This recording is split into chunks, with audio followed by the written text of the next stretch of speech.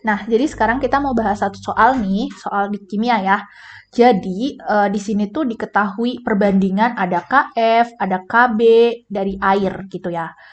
Nah, berarti kalau KF sama KB itu kan dia itu untuk pelarut ya, data untuk pelarut. Berarti otomatis airnya ini adalah si pelarutnya. Terus ada suatu zat nih, zatnya itu non-elektrolit gitu. Nah, non-elektrolit itu maksudnya dia ini tidak berubah atau tidak jadi ion-ion ketika dilarutkan dalam air gitu ya. Tadi kan pelarutnya air gitu, tidak jadi ion-ion. Jadi masih dalam bentuk molekul.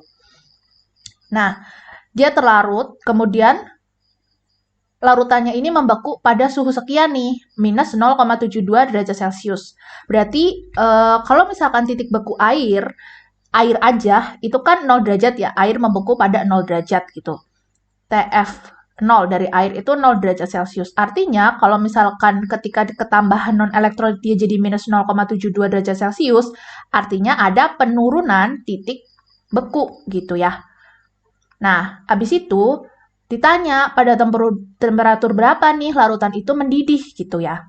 Maksudnya ini larutan ini, kalau disebut larutan, artinya dia udah gabungan ya. Larutan itu berarti si air yang udah ada non-elektrolitnya. Kalau air doang, dia namanya pelarut gitu. Nah, non-elektrolitnya itu zat terlarutnya gitu. Nah, berarti ini kan ditanya tentang apa nih gitu. Nah, kita harus tahu nih kalau misalkan KB dan KF itu tuh sama-sama tetapan. Tetapan untuk sifat koligatif. Sifat koligatif itu ada penurunan titik beku sama kenaikan titik didih gitu ya. Jadi kalau ini kan pakai bahasa Inggris ya, B itu boil, F itu freeze gitu ya. Jadi KF ini untuk si titik bekunya, KB-nya untuk si titik didihnya. Jadi ini kalau KB itu tetapan kenaikan titik didih molal dalam molalitas ya.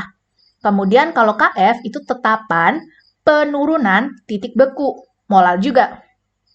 Nah, karena ada KB, KF, otomatis kita ngebahas tentang sifat koligatif larutan gitu ya. Nah, sifat koligatif larutannya itu di sini kita ngebahas langsung zat non-elektrolit gitu. Kenapa sih kita harus tahu zat non-elektrolit? Karena nanti buat nentuin si faktor Van Hoff atau I-nya gitu ya.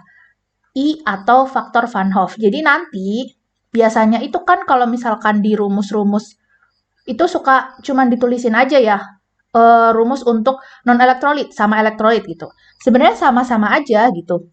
Rumusnya itu misal nih buat delta TF.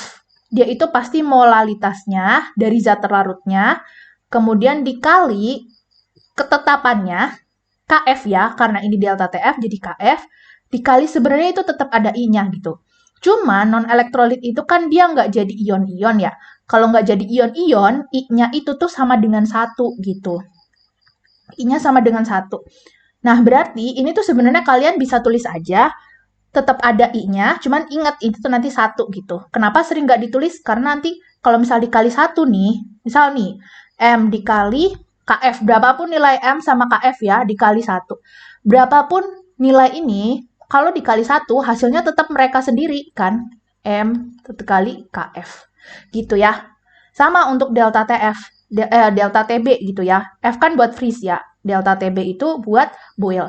Oh ya, kalau delta ini tuh artinya dia itu perubahan ya. TF. Nah, ini karena titik beku itu berubahnya apa? Menurun ya. Jadi ini penurunan titik beku. Kalau delta TB, B ini kan boil ya, untuk didih gitu ya. Didih itu ngalamin apa? Kenaikan gitu ya. Jadi di sini ini penurunan. Kalau delta di sini itu adalah kenaikan gitu ya. Naiknya berapa? Di sini turunnya berapa gitu. Berarti delta TB itu sama dengan M dikali KB, tetapannya buat yang B ya, buat boil, buat didih. Dikali I gitu. I-nya berapa? 1, sama kayak di atas. Karena sama-sama non-elektrolit. M kali KB dikali 1, berarti sama dengan M dikali KB. Sip.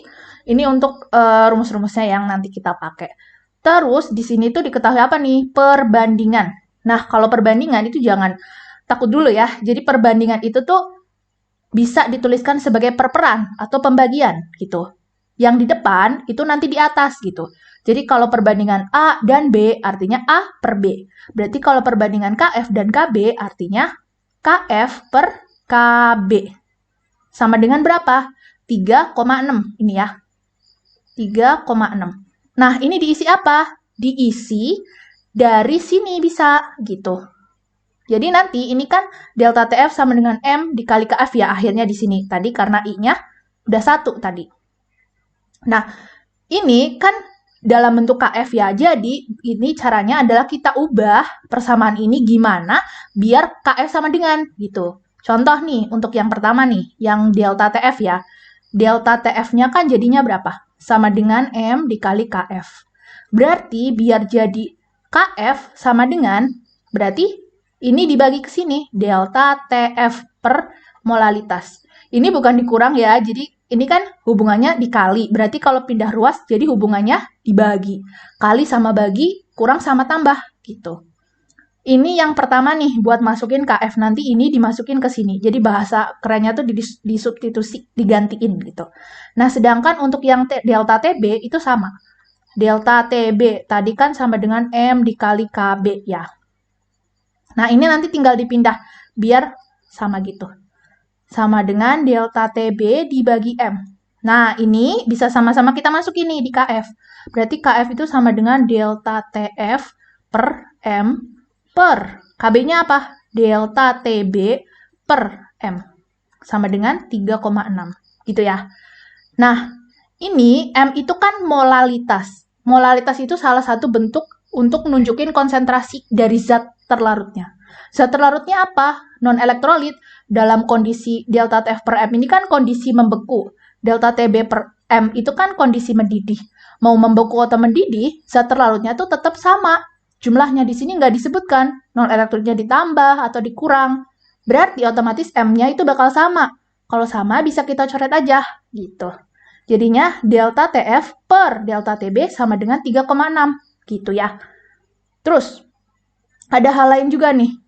Ini kan ada dua hal yang belum kita ketahui ya, sedangkan harus ada satu hal doang nih yang belum diketahui. Soalnya kalau dua yang diketahui nggak bisa, jadi kita butuh persamaan lain. Jadi makanya ini, nih lihat ada data apa lagi? 3,6 tadi udah kita pakai ya. Berarti di sini ada data larutannya membeku pada sekian gitu ya, ini ya. Nah, membeku itu kan F ya, yang freezing gitu kan. Nah, dia tuh membeku sekian. Berarti delta TF ini satu-satunya yang bisa kita otak-atik gitu. Delta TF itu apa tadi? Penurunan titik beku gitu. Kalau penurunan titik beku, berarti titik beku awalnya pasti lebih tinggi dibanding titik beku akhirnya gitu. Titik beku awal itu apa? Ketika dia cuma air-air doang. Nih, yang tadi dia 0 derajat. Terus dia menurun jadi minus 0,72. Berarti bedanya berapa? Bedanya adalah yang gede, TF0 kan yang gede, dikurangin TF doang. TF itu kondisi pas dia bentuknya larutan ya. Kalau ada nolnya, itu berarti pas murni, pas pelarut doang. Berarti TF0 itu kan 0 derajat Celcius nih. Dikurang, ingat dalam kurung ya, biar nggak hilang minusnya. Minus 0,72 derajat Celcius. Berarti sama dengan berapa? Plus ya, 0 dikurang minus. Min plus. Plus 0,72 derajat Celcius. Nah, delta TF-nya ketemu nih, sekian. Kita masukin aja ke sini. 0,72 derajat Celcius dibagi delta TB sama dengan 3,6. Nah, ini tinggal kali silang aja. Delta TB, ini kali ini deh, 3,6 delta TB ya, atau dikali 3,6. Sama dengan 0,72 derajat Celcius. Berarti delta TB-nya adalah 0,72 derajat Celcius dibagi 3,6. Dibagi 3,6. Gini ya. Oke, berarti ketemunya sama dengan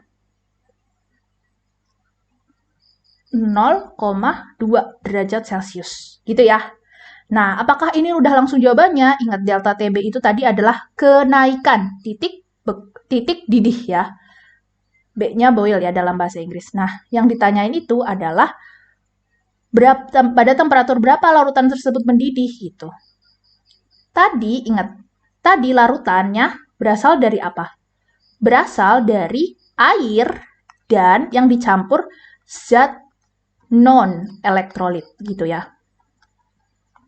Nah, berarti ini kan cuman kenaikannya nih. Jadi ketika larut jadi larutan itu ada kenaikan 0,2 derajat Celcius. Dari berapa? Air itu mendidihnya 100 derajat Celcius. Berarti kalau ada kenaikan 0,2 derajat Celcius, suhu akhirnya, larutannya, atau campuran air dan non-elektrolitnya adalah 100,2 ya. 100,2 derajat Celcius. Ini ya jawabannya.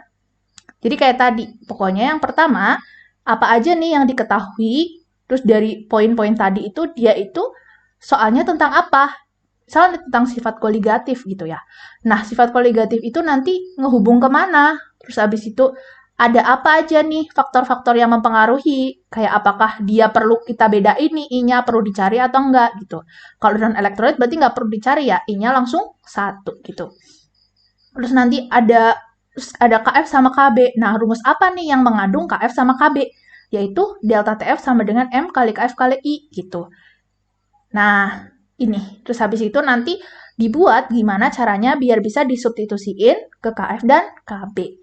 Nanti tinggal perhitungan matematika biasa. Ada kali silang, dibagi. Habis itu, pembagian yang koma-koma jangan keliru ya. Koma-komanya. Terus habis itu, ingat juga apa yang ditanyain.